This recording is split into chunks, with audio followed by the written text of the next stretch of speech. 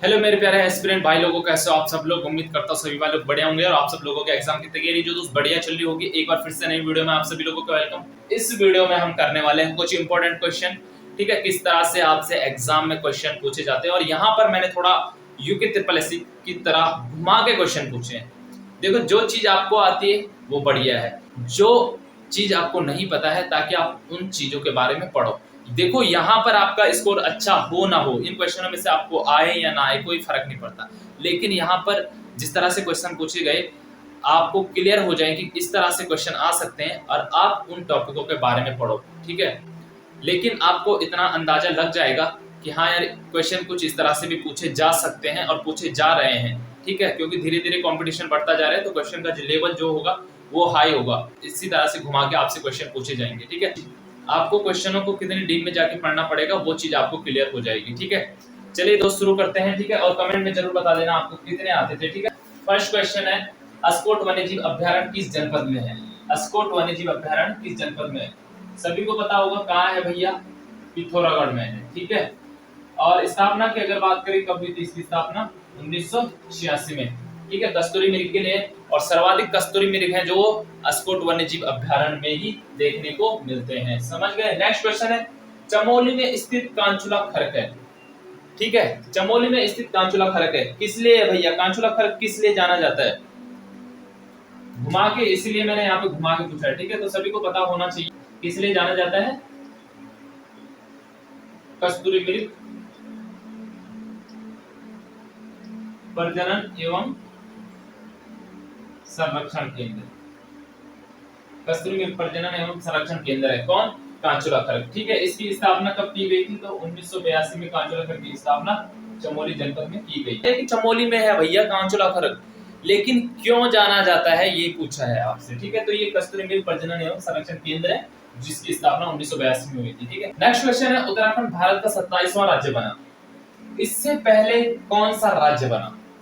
Important question है, पूछा जा सकता है और पूछा भी गया है शायद। तो इससे पहले भैया 27वां जब उत्तराखंड बना तो 26वां बना था, लेकिन कौन सा बना, ठीक है, ये पूछ रहा है वो। तो झारखंड बना था आपका, ठीक है, याद होना चाहिए, झारखंड बना था 26वां उत्तराखंड से पहले।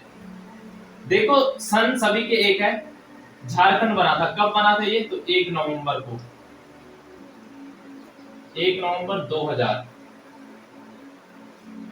1 नवंबर 2000 को बना था झारखंड। आगे वाला भी पूछा जा सकता है कि उत्तराखंड बना था, उत्तराखंड के बाद 28वां राज्य कौन सा बना था, तो 28वां कौन सा था हमारा, छत्तीसगढ़, 15 नवंबर। सन एक है, ठीक है। 2000 में ही हमारे 3 स्टेट बने थे, पहला हो गया आपका झारखंड 1 नवंबर को, फिर आपका 9 नवंबर को बना था 2000 में उत्तराखंड, फिर आपका 15 नवंबर को बना था छत्तीसगढ़। तो आपको याद होना चाहिए, आपसे कैसे भी क्वेश्चन पूछे जा सकते हैं और यूके ट्रिपल एससी तो हमेशा घुमा के ही पूछता है, इससे भी डीप में पूछ देगा वो, है ना। नेक्स्ट क्वेश्चन देख लेते हैं, नैनीताल स्थित उच्च न्यायालय भवन बनाया, किसने बनाया था, नैनीताल स्थित उच्च न्यायालय भवन किसने बनाया था, सेंटोनी मैकडोनाल्ड ने, मैकडोनाल्ड, सेंटोनी मैकडोनाल्ड ने, ठीक है। नेक्स्ट क्वेश्चन है, उत्तराखंड से सुरक्षित लोकसभा सीट से सदस्य हैं, उत्तराखंड से सुरक्षित लोकसभा सीट से सदस्य हैं, कौन है भैया लोकसभा सीट से सदस्य, वो भी सुरक्षित वाली, अल्मोड़ा में है, ये तो सभी को पता होगा अल्मोड़ा में है। कौन है अभी वहां से लोकसभा सदस्य, तो अजय टमटा जी है, अजय टमटा। नेक्स्ट क्वेश्चन है, उत्तराखंड की प्रथम महिला राज्यपाल, उत्तराखंड की प्रथम महिला राज्यपाल मार्गरेट अल्वा जी, सभी को पता होगा, मार्गरेट अल्वा जी है चौथे नंबर पर, ठीक है, चौथे नंबर के हैं, क्रम है इनका चौथा नंबर। और राज्यपाल कौन से अनुच्छेद के तहत आता है, ये भी आपको पता होना चाहिए, 153 के तहत राज्यपाल नियुक्त किया जाता है राष्ट्रपति के द्वारा। राज्यपाल शपथ लेता है भैया, शपथ कौन से अनुच्छेद के तहत, 159, 159 अनुच्छेद 159 के तहत राज्यपाल शपथ लेगा, और किसके सम्मुख, उच्च न्यायालय के मुख्य न्यायाधीश के सम्मुख, समझ गए। और हाई कोर्ट कहां पे था हमारा, हाँ, हाई कोर्ट कौन सा अनुच्छेद के अंतर्गत आता है ये भी पूछा जा सकता है। तो आपका हाई कोर्ट आता है जो वो है 214, 214 के तहत उच्च न्यायालय आता है अनुच्छेद 214 में, ठीक है।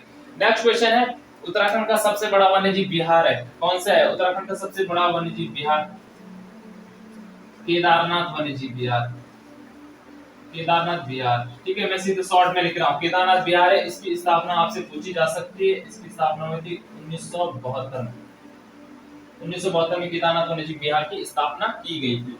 नेक्स्ट क्वेश्चन है, फूलों की घाटी की खोज फ्रैंक स्माइथ ने की, कब की थी? फूलों की घाटी की खोज फ्रैंक स्माइथ ने की थी, और कब की थी ये? 1931 में की थी। ठीक है, इसे राष्ट्रीय उद्यान कब घोषित किया गया? फूलों की घाटी को कब बनाया गया राष्ट्रीय उद्यान? तो 1982 में इसे राष्ट्रीय उद्यान बनाया गया, फूलों की घाटी को। और इसे विश्व धरोहर में भी शामिल किया गया था, है ना? कब किया गया? तो 2005 में। 2005 में फूलों की घाटी को विश्व धरोहर में शामिल किया गया था। ये डेटें आपने याद रखनी है दोस्त। नेक्स्ट क्वेश्चन है और बहुत ज्यादा इंपॉर्टेंट है और पूछा भी गया, अब की बार पूछे गए, शायद 2-3 जो एग्जाम में इनमें से किसी एक पेपर में पूछा गया था क्वेश्चन। ठीक है, उत्तराखंड के मुख्यमंत्री धामी जी किस विधानसभा सीट से चुनाव जीते? किस विधानसभा सीट से चुनाव जीते हैं? तो चंपावत से, चंपावत विधानसभा सीट से चुनाव जीते थे। और ऐसा भी पूछा जा सकता है कि उत्तराखंड के मुख्यमंत्री धामी जी किस सीट से चुनाव हारे थे? तो हारे कहां से थे? खटीमा से हारे थे। खटीमा विधानसभा सीट से चुनाव हार गए थे। फिर उपचुनाव हुए, चंपावत विधानसभा सीट से ये लड़े और वहां से जीते। तो आपको याद होना चाहिए। मुख्यमंत्री, अगर अनुच्छेद की बात करें तो मुख्यमंत्री आपके आते हैं अनुच्छेद 164 के तहत आपके आते हैं मुख्यमंत्री। ठीक है, तो ये क्वेश्चन हो चुके क्लियर। और 9 क्वेश्चन थे, चलो कोई नहीं, 9 है, लेकिन इससे रिलेटेड तो बहुत सारे हमने कर लिए। ठीक है, इतनी जगह थी इसमें, मैं चाहता तो मिटा के कर सकता हूँ। वीडियो थोड़ी लंबी हो चुकी है। ठीक है, कोई नहीं, करते रहेंगे आगे। ठीक है, इन क्वेश्चनों से आपको आइडिया लग गया होगा कि हमें, इन क्वेश्चनों से आपको आइडिया, ठीक है।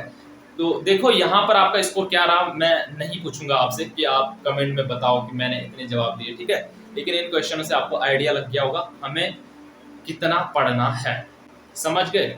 तो क्वेश्चन आपसे कहीं से भी पूछा जा सकता है, घुमा के पूछा जा सकता है कहीं से। तो मैं आपसे सिर्फ यही कहूंगा, जो भी टॉपिक आप पढ़ रहे हो उसे क्लियर करो, भले ही लेट लग जाए, वो काम नहीं करने, ऊपर ही ऊपर उड़ने वाले।